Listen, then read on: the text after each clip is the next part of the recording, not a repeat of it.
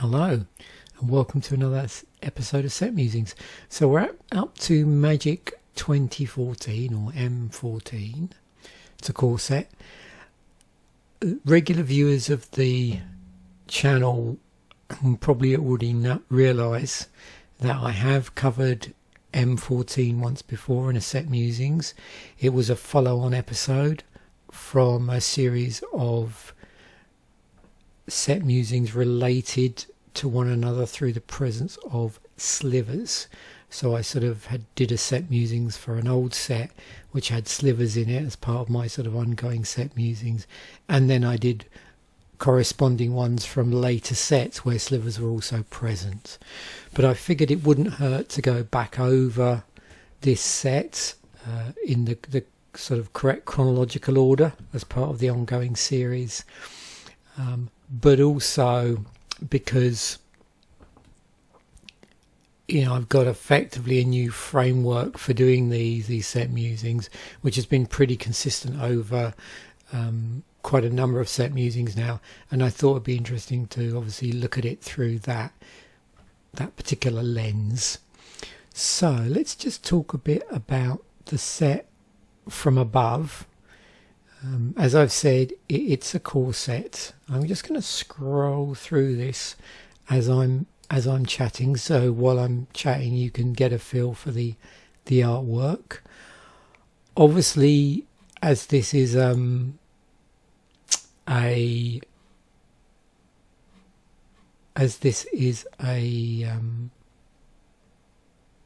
core set, 50% of the cards, or roughly 50% of the cards, are reprints and 50% of the cards are new. We'll see it, the exact breakdown, in a moment. 249 cards in total. We have 101 commons, 60 uncommons, 53 rares, 15 mythic rares, and 20 basic lands. Now,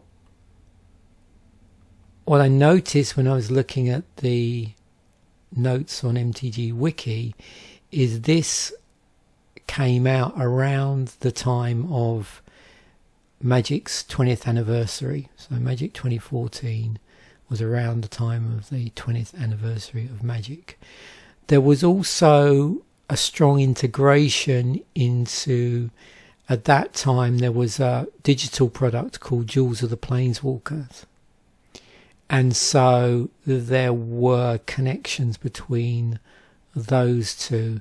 I'm not sure if I'd mentioned it in the past, but you would often find that for Jewels of the Planeswalker they were releasing precons as well. I'm not going to specifically talk about those at the end of this Set Musings. I'll just talk about the regular intro decks and the event deck. I think there might only be one, but we'll see. Maybe there were two. There were booster packs for this. There were 5 intro packs. Oh, there was 1 event deck. There was that's right. At this point, I don't know if anybody remembers, there was a product called Booster Battle Packs. There was the usual Fat Pack. There was a 2014 Deck Builders Toolkit, and it has been happening for quite a while now with core sets. They'd aligned the release of those toolkits with the appropriate core set. And also, I don't know if I've ever mentioned this before, but what they often did around core sets and other points as well, once they stopped doing core sets, was the release of something called a land station. So this was a product that I understand was primarily aimed at game stores, and it was just basically a massive amount of basic lands. I've actually got a couple of those in my possession. I've got a core set one. I don't think it's this core set. I've also got one from, I think, Amonkhet, maybe that period. So yeah, so that's something else that was coming out. And there were also various I think sampler decks and those little sort of 6-card booster packs that you often saw around hovering around the checkouts of Walmart, places like that. Released on July the 19th, 2013. The only theme and mechanic in this set is primarily slivers. There's some other interesting things going on set which we'll talk about and have an impact on this particular episode of, or this week's episode of Commander Durdle. So, reprints that aren't basic lands. There were 117 of them. New cards, we had 112. So yeah, pretty close to 50-50 split. There were 23 cards which had no colour in the casting cost, and as you can see in this particular set, they are all artifacts. You can probably spot at least a cycle there and a few other things of interest. I always like the artifacts in core sets. They always seem to bring something interesting in utility wise. And 203 cards were monocolour in their casting cost. And what about multicoloured? There were none, so that answers that question. So looking at the different colours of magic, specifically creatures, again, let's just do what I usually do here and just get a feel for whether there's any particular tribal aspects that might be coming through. So we're in white, so the usual things to expect would be humans, soldiers, maybe knights. So let's have a look. Certainly we've got a few humans here. Obviously you see angels in white. We've got a griffin, and probably based on the theme of the set we may or may not see a number of slivers in white.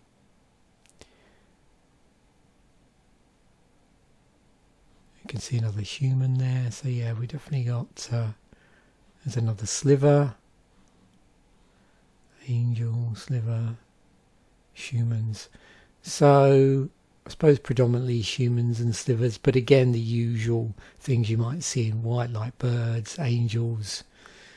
Got an elephant there, an ox. There's a couple of griffins, I think. So moving on to blue, what do we see here? So again, you tend to see humans across multiple colours, but you can see we've got slivers here. I'm looking out for merfolk as well. We've got another bird in blue, and you get blue-white flyers, so you would tend to see birds in white and blue. Another merfolk. We've got this card here, this Phantom Warrior, the unblockable. Another merfolk. Bird Wizard, Elemental. And the Sphinx. So I don't know if there were quite as many slivers in blue as in white. In fact, it looks like there may have only been one, and that was at rare. So predominantly looks like merfolk. What about black? Are we going to see a lot of vampires? What are we going to see? So, humans again, across multiple colours. We've got a couple of vampires. We've got a cockatrice, a salamander. We'll talk about this fella a little bit later. Some zombies. In fact, it looks like we might have zombies competing with vampires in terms of the predominant tribe. It's pretty close. You can see again in terms of subtypes, wizards as well. We've seen some wizards in blue.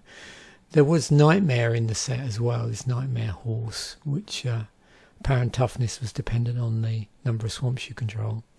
We also have Shadowborn Demon as well.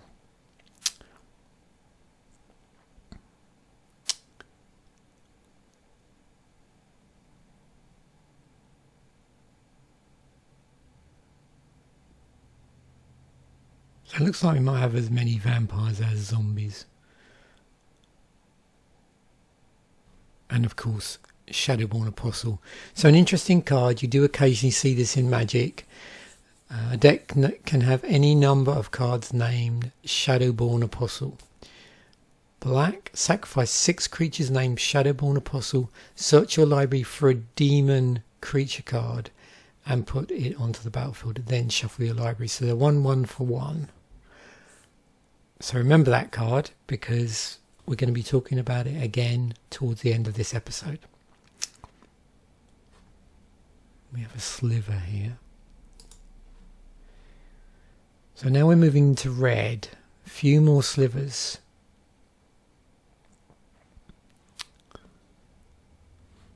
More humans, some warriors subtype. Got some goblins. Few dragons, but definitely looks like we have a number of slivers in red. And in green, so elves. Obviously Mystic is in here. We've got Glade Cover Scout, which has got hexproof. The obligatory spider. Giant spider was still around in core sets. And then some slivers. See there, got a few beasts as well, no surprise in green. A Hydra. Scavenging Ooze was in the set. Got a worm, an elemental. There's a wolf, there's Witch Stalker. So this was a 3/3 for 1 and 2 green with hexproof. And whenever an opponent casts a blue or black spell during your turn, put a +1/+1 counter on Witch Stalker. Rockwaller was also in here. It's always just interesting to see Hydras in green. Got Garrick's Horde as well.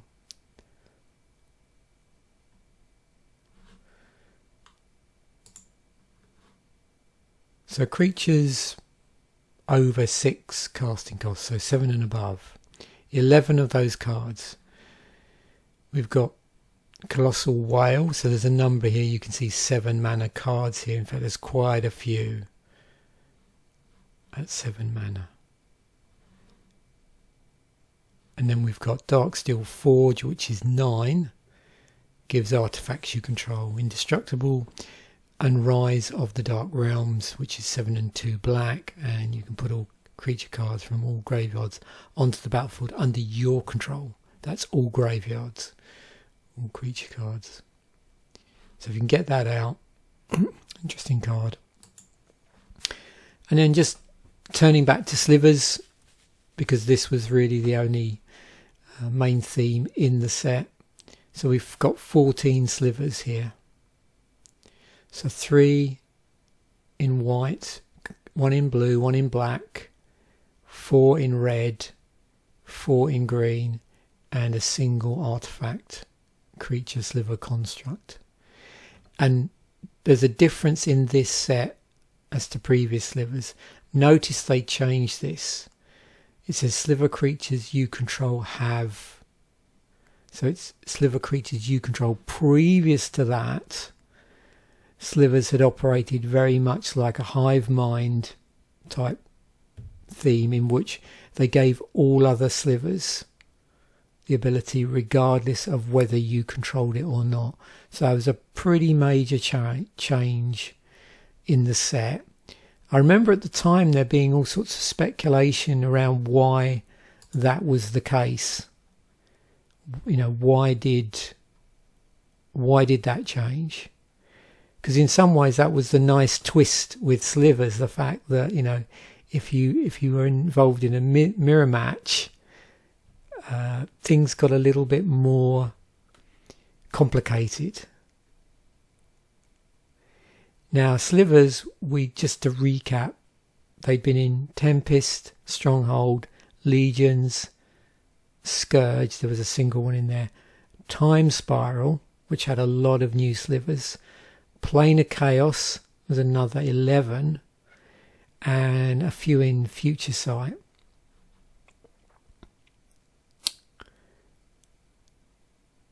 and then going forward from 2014 onwards, we've seen them in Magic 2015, in Modern Horizons, and and then Time Spiral Remastered. So there was that change, but as I've said, around this time we have this partially humanoid slivers. Now the question is, was that because the set was originally supposed to be allies, or was it genuinely just an evolution of slivers? 5 planeswalkers in the set, 5 planeswalkers in the set which form a cycle. So this is the first cycle that I'm going to talk about. 5 mythic rare planeswalkers: Ajani, Jace, Liliana, Chandra and Garruk.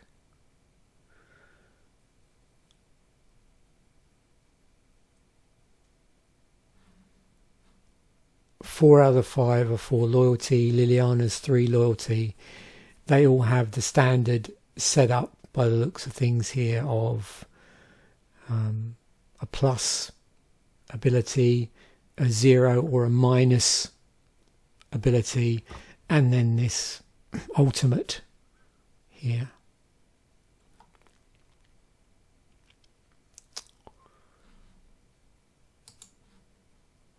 Also, something that we were seeing a little bit more of were these namesake cards. So in this particular instance, we have these planeswalker creatures where the names of the planeswalker is in the creature name. So we've got Ajani's Chosen, Jace's Mindseeker, Liliana's Reaver, Chandra's Phoenix and Garruk's Horde.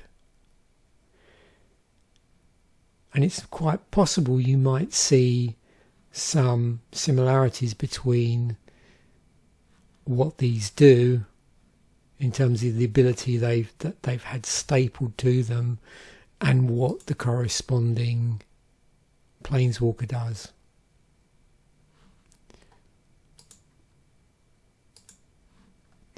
There was a cycle of wizard staves. So all of these staff of the Death Magus, staff of the Flame Magus, staff of the Mind Magus, Sun Magus and Wild Magus. So they're all uncommon artifacts. They all cost 3 and they have an ability that allows its controller to gain 1 life whenever a spell or land of the appropriate colour is played. So it's a sort of variation on the whole Lucky Charms thing that we've seen throughout Magic, where there's a sort of slight twist for different types of cards, but normally they're a cycle and they normally result in some sort of life gain where you do something in that colour. A cycle of something called, I believe, called Iconic Mythics. So Archangel of Thune, Windreaver Sphinx, Shadowborn Demon, Scourge of Valkus and Kelonian Hydra.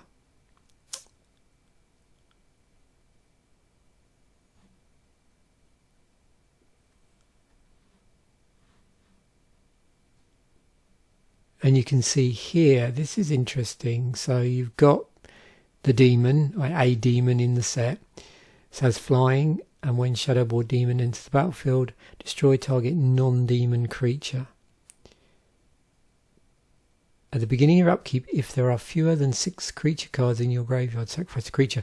So what may have happened prior to you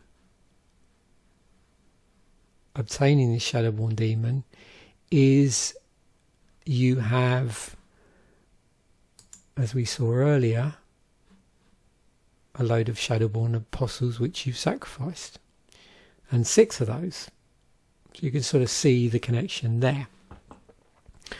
One thing I'm actually just going to do now. Let's just see how many demons were in the set that you could summon. Yeah, just one. So, yeah, interesting strategy if you tried to pull that off. Yeah, if you tried to pull that off in, say, draft. Yeah, I don't think. Yeah, might be achievable.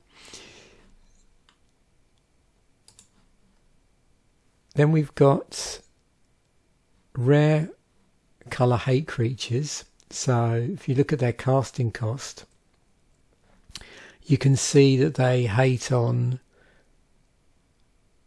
the corresponding enemy colours. So this one, it can't be the target of black or red spells your opponents control. The Tidebinder Mage, which is blue, when it enters the battlefield you tap a target red or green creature an opponent controls. For Lifebane Zombie, it was target opponent reveals his or her hand and you choose from a green or white creature card. So these have all got, well, sorry, these two have ETBs so far. This one is static ability. This one is Mind Sparker, so that's white or blue instant or sorcery spells whenever an opponent casts those. Mind Sparker deals 2 damage to that player. And then the Witch Stalker, so whenever an opponent casts a blue or black spell, you put a +1/+1 counter on Witch Stalker. We've already seen that card. There were 5 rare slivers. And again, just to give you some idea of the rarity distribution. So if we just change this on the fly. So we've got 6 common slivers. 1 in white, 2 in red, 2 in green, and a colourless one, this construct. We've got 3 at uncommon, Steel Form Slither, Battle Sliver and Mana Weft Sliver. These 5 which are the cycle, and being a completist here, there are no mythics. So why do I bring that up? Well, of course, if you were choosing to draft slivers, it's always useful to know what the breakdown is like in the lower rarities. And of course, it's nice if you get one of these in your first pack, and then what's then the likelihood of seeing slivers at the lower rarities in certain colours.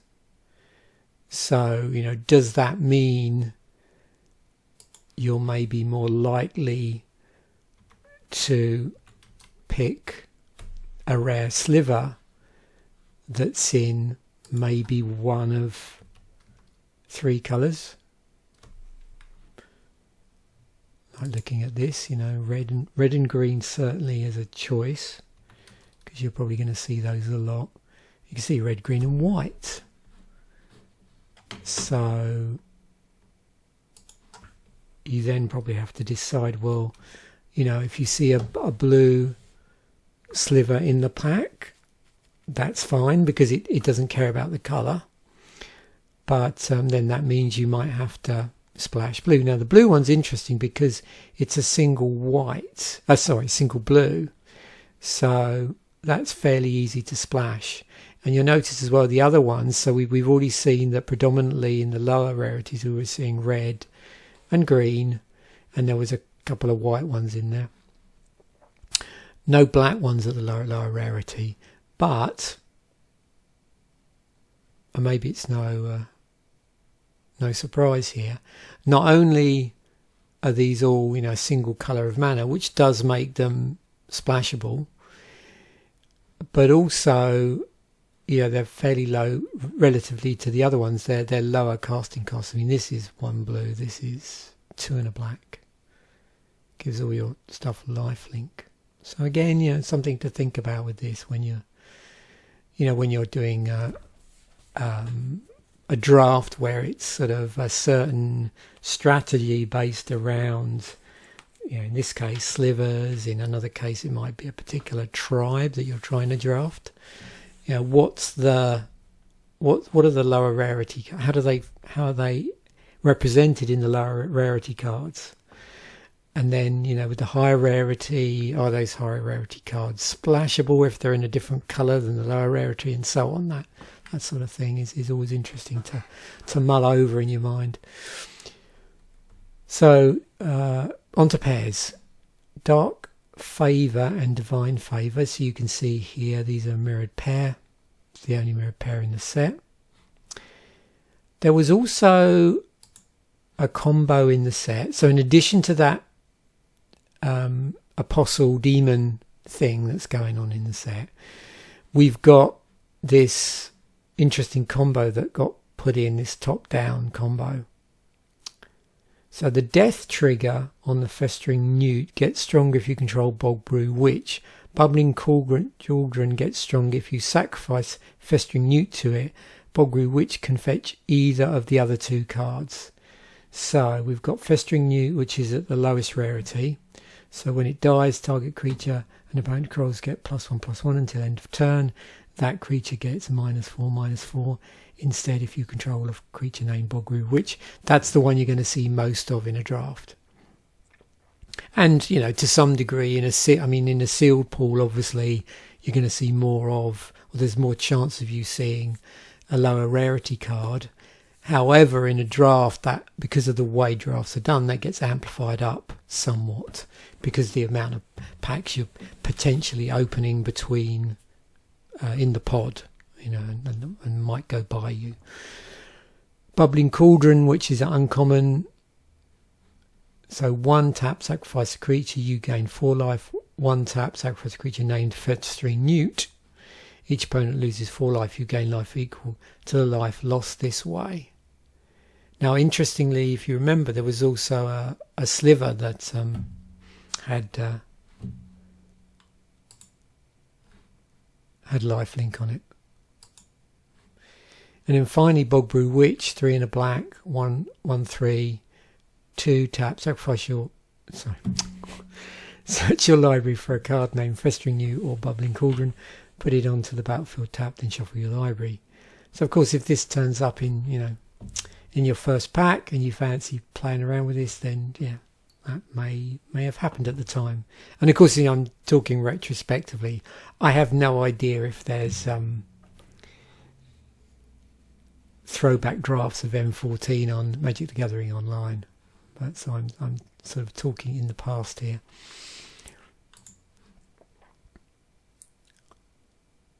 I would have drafted this, but I just don't have a very good recollection of this set draft wise.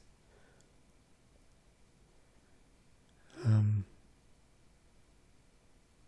not too sure if I did play this sealed.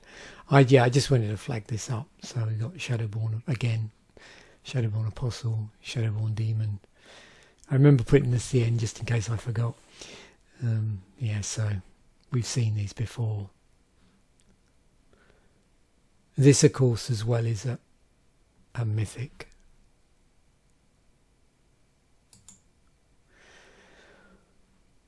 $15 mythic rares. So what do we notice? Well, you can see a large amount of these. We've got the 5 Planeswalkers. We've got the 5 aforementioned iconic mythics in here. And there's a number of other cards as well. That I haven't already mentioned. We've got Devout Invocation. We've already mentioned Shadowborn Demon. We've got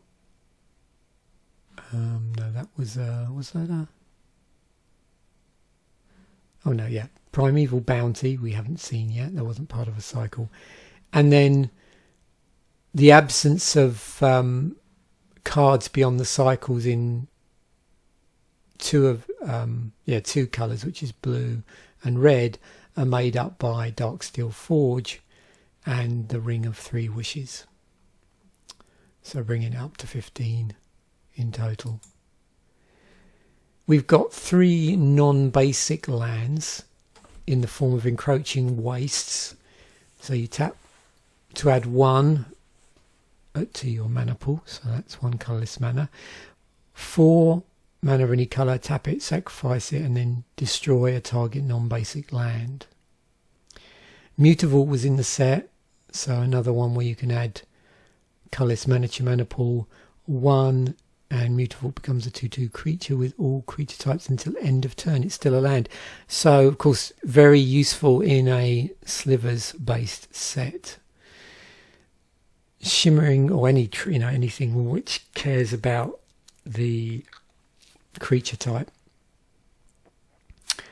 Tap Shimmering Grotto, tap 1, add 1 to your mana pool. There we go. 1 tap, add 1 mana of any colour to your mana pool. So we've got colour filtering here on this. Here's the artwork for the basics. Probably artwork that you've seen numerous times, because quite often, if not all of the artwork is earlier artwork from earlier sets. But with some, I don't always recognise them specifically, because they may well be from an obscure, a less well-known set maybe, or set that I'm not so familiar with, quite possibly. But I just to point out here that the ones that I'm least familiar with, like I recognise these 2. Maybe these 2, not quite so familiar with the artwork. These ones here are interesting. This looks very similar, just reminds me of non-basic that his name escapes me at the moment. Like one of those, it's a fetch land at a common, and I just can't remember the name of it. This one here I don't recognise quite so much.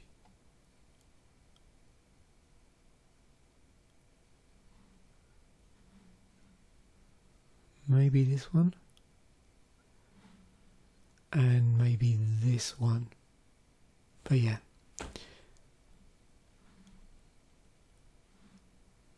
One there. So, interesting artwork, as always. I do really like this particular Plains artwork. So if you were to ask me, not so much which ones am I not recognising so much, but which ones are my favourite artwork of the set, in one of each colour, it's got to be this one in white. Probably toss up between this and this. I'd have to see this one in real life. But probably that one. Definitely this one here. I like this. Here. Maybe this. This is a classic. So maybe this. And this one. Yeah. Again, I'd have to see what these look like in paper, but it's a toss between this and this, but probably this one. So this one, that one there. Still not sure. That one and this. I'm looking actually to see if any of these, did you notice in here, this one and this one both have some sort of flying creature in them. I was just looking as well when I'm going through to see if there's anything, whether that's a reoccurring. I don't think it is. Anyway, there we go. Well, I'm a big fan of basic land artwork, so it's always nice to spend a bit longer when I do set musings on these. I don't always do that, which is a shame really. Maybe I should a bit more. I just wanted to restate here, so the only legendaries in the set are legendary planeswalkers. There are no legendary creatures. So, yeah, we're gonna take a slightly different twist when we come to do the Commander Durdle, but I think, judging by the cards I've highlighted already, you'll probably guess what that is, what that's going to be around. 111 creatures. It's a core set, so you know, with this, obviously we've spoken about slivers. We might be less likely to see stapled on abilities that play to certain themes in the set, because the only theme in the set is slivers. If I was to add in an Oracle search here for slivers, it might be worthwhile just doing that to see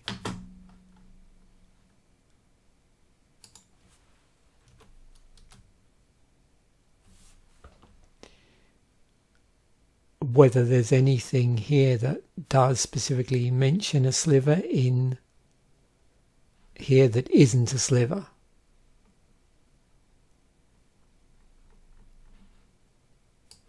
I don't see that, and just for completeness, let's just do the same here.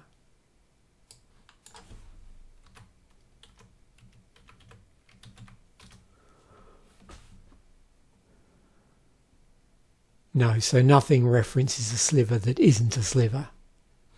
And again, you know, that's something you may or may not see in a set where there's cards that care about. You remember the last set we saw that there was a particular theme in the set where some of the cards like cared about certain types of cards, but weren't necessarily that type of card, if that makes sense. Okay, 11 enchantments. 2 in white, 2 in blue, 2 in black, 2 in red, 3 in green.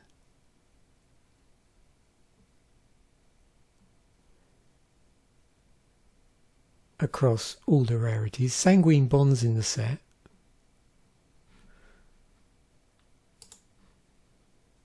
"17 auras. So most of these, by the look of things, enchant a creature. We do have one here that enchants a permanent.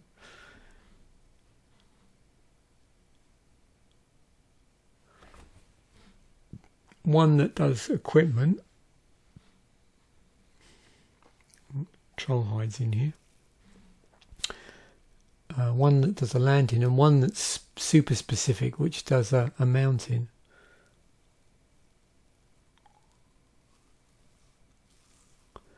Occasionally you might see a land enchantment in black, but not in this particular set.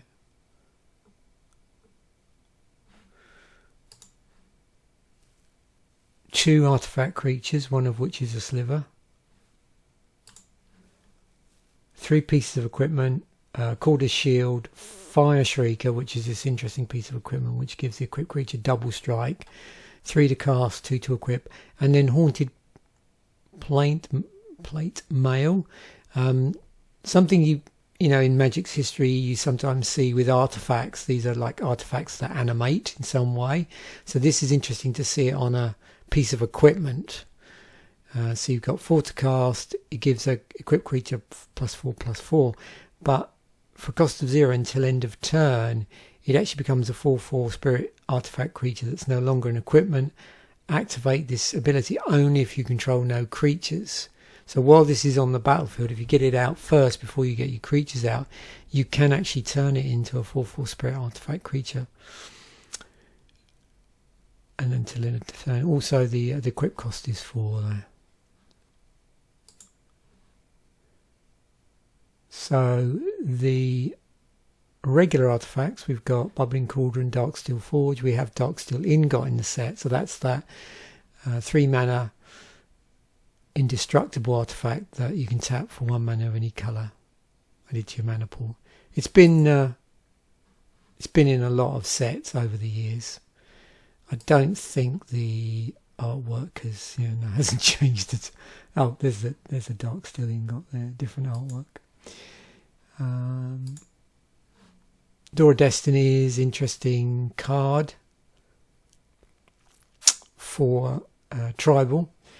Elixir of Immortality, Millstone, Pyromancer's Gauntlet, Ratchet Bombs in here, the Ring of Three Wishes, Rod of Ruin, the Staves, Strinic Resonator, which allows you to copy a target triggered ability you control, and you can choose new targets for the copy.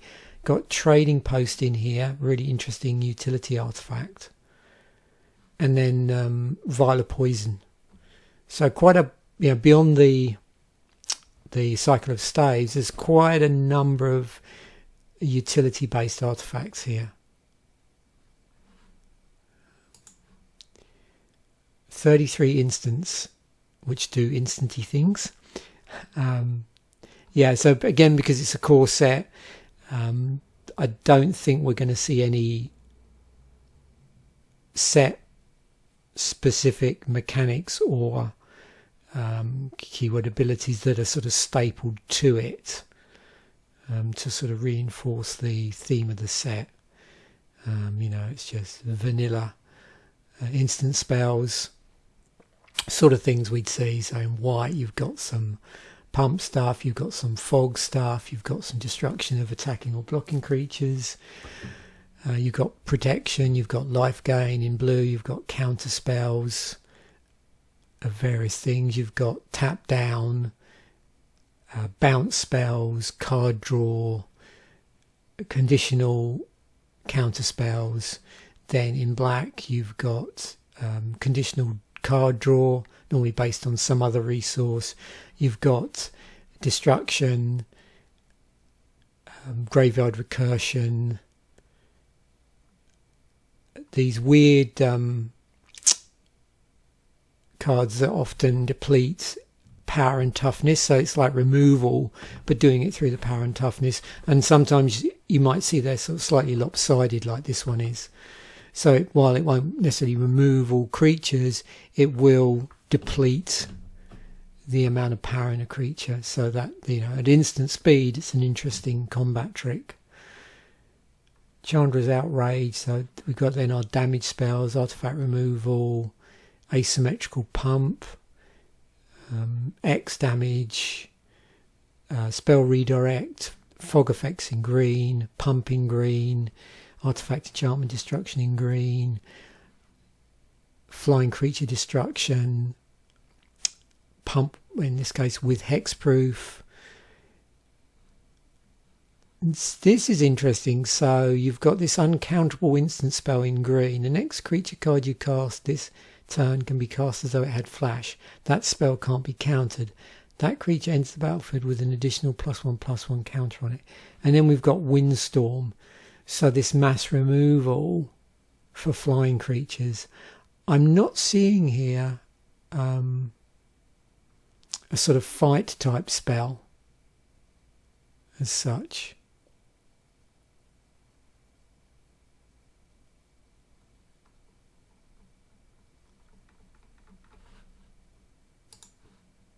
Maybe we might see that at sorcery speed. So in white, what have we got? Well, we've got mass removal, artifact enchantment, and these are all at sorcery speed with life gain on it. Alternate ways of card, interesting way of so you can tap your creatures and put a 4/4 white angel creature token flying onto the battlefield for each creature tap this way. Tokens, so we're seeing tokens at sorcery speed in white, card draw in blue at sorcery speed, library manipulation, bounce to the top of the library, mill, more mill.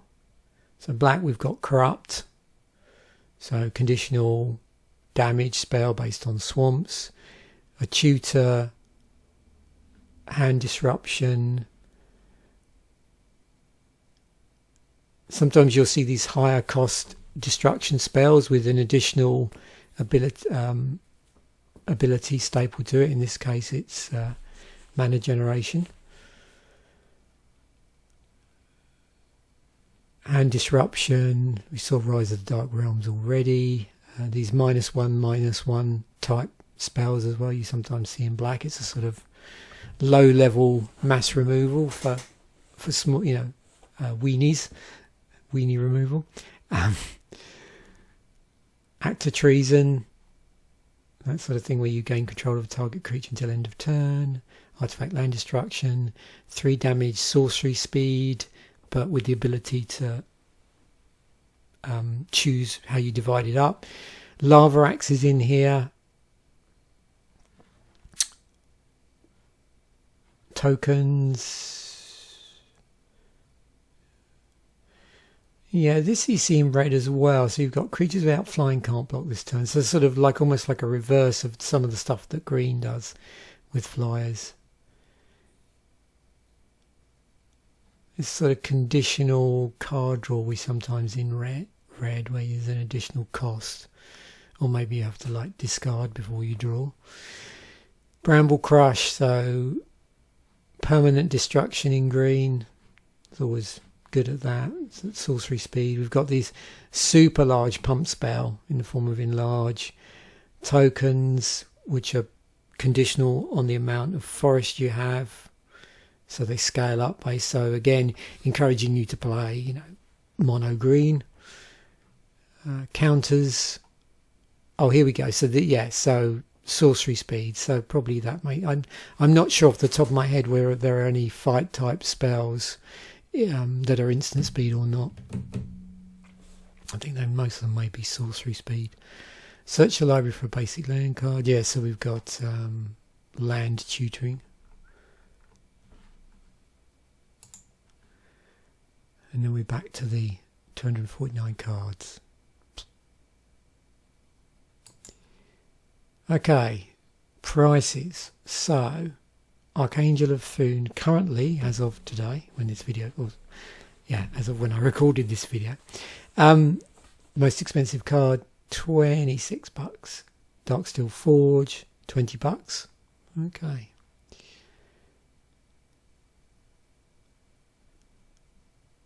Oh, sorry, I looked at the wrong one. 19.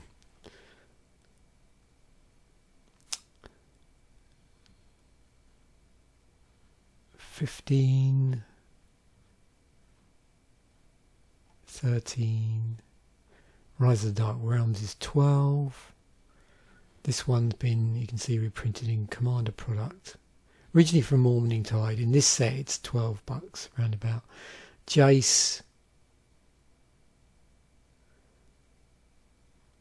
So we've now, it's funny, isn't it? The 2014 version is more expensive than the earlier versions.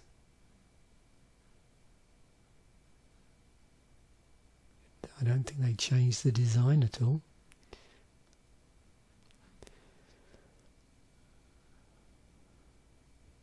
And so on.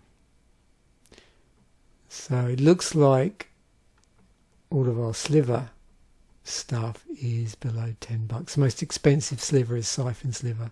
It's the one with lifelink.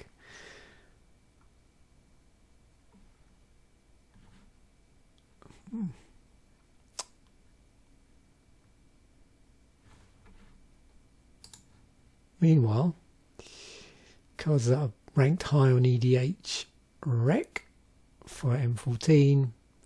We're dealing with a core set, so it is very much usual suspects. A Negate, Elvish Mystic, Diabolic Tutor. Stranic Resonator is an interesting one. You can see there was new artwork used in New Capennia Commander, and it was printed in Commander 2019 and in the Masters 25. So it's at $4. We got Silence, Archimancer, Sanguine Bond, Scavenging Oon, Darksteel Ingot, and so on. Young Pyromancer, Frost Reaker, Door of Destinies. Trading Post, that was reprinted in both other sets and the Commander product. Don't believe they changed the artwork for that. Rise of the Dark Realms and so on. Doomblade, Mutable, Naturalise, yep. It's all stuff you'd expect to see when we're talking about core sets and EDH. Right, so Magic 2014 pre-cons, we have 5 intro decks. Of those, we've got 3 where the colour combination is allied colours and 2 where it's enemy. We've also got a single event deck, and you probably remember we went over, I think, the previous set or sets. They'd already gone down to 1 event deck, and this is a red-green Rush of the Wild. Big difference is these cards are going to be from M14. This deck is going to be stuff that was standard legal at the time. So if we were to look at these individually, so we have this Light Force deck, so it's a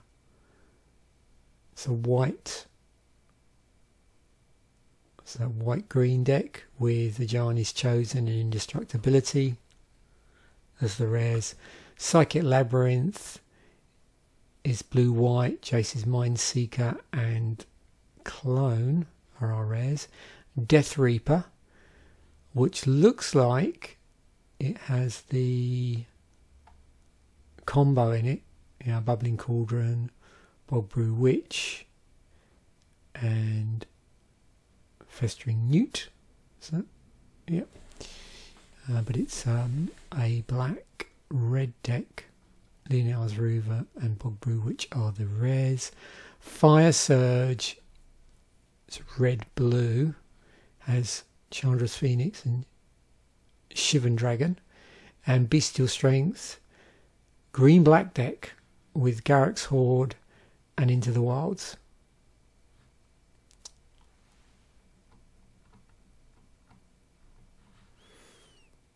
And that event deck. So, red-green aggro. Number of rares in here, as always, and a sideboard that would have been relevant to particular decks that were maybe floating around at the time. I do have this deck actually somewhere.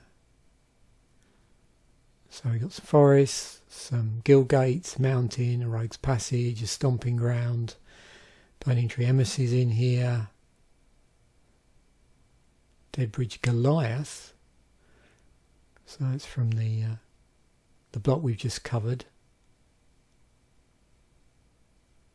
Trouble with this is only like showing the most up-to-date reprint, so I can't really tell what sets were included originally in here. But it's clear to see that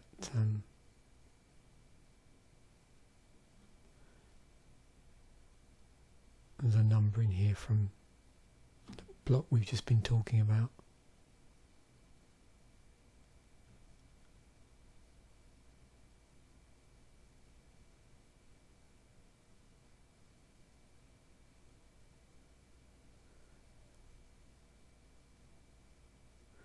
And there's a very small gap, obviously, between when 2014 came out and then the first large set of the Theros block. So that's when rotation occurs. You get this weird period at that point in Magic's history between Magic 2014 and the release of the first set of the next block, where both 2014 and 2013 are in standard, and and also two blocks worth of 2 whole blocks worth of cards. So it's probably the biggest card pool, and that's just that sort of sliver of 3 months or whatever. But it had impact, for obviously these intro decks. Sorry, these event decks, if there were cards in here, either from the previous core set, I don't know, I'm not sure, or from the block before, what would it be, Return to Ravnica? So whatever the block was before that. So, what are we going to be doing for our Commander Dirtle? Well, I figured, seeing as there's no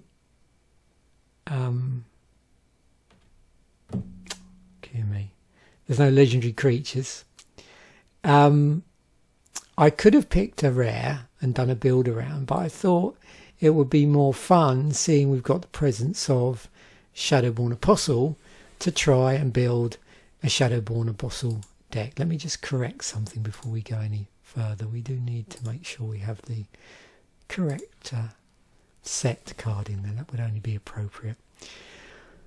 So yeah, I'll go through this in more detail when we get to the video, but you can see here at the moment I've got a card pool from cards from M14. There's only 2 cards in here that are really, from M14 that are relevant to one another, to the actual Shadowborn Apostle thing. So what I've had to do, because there's no legendary in the set, I've basically chosen an appropriate legendary creature from an earlier set. When I have to do this, I try, if I can, pick a commander that's from a set prior to the set I'm talking about. Just because I think it's probably a better way to do that. So there probably might be more, as appropriate commanders that you could play in a Shadowborn Apostle deck. So this is the starting point. I'll go through the choices when I come to do the video. Obviously I'm going to do the same thing. I'll just use the helpful tool in here to see where it takes me. And my suspicions are for creatures, obviously it's going to suggest some demons, and you can see already I've got 20 Shadowborn Apostles in here, so there's not much more room, but it's going to be pretty creature heavy, this deck anyway. Because we need to put a load of demons in here that we're going to be with useful utility on them. So there we have it. That's the set musings for M14. Also, don't forget there'll be a Friday video that goes with this, so we'll be looking at some M14 artwork as well when we come to that.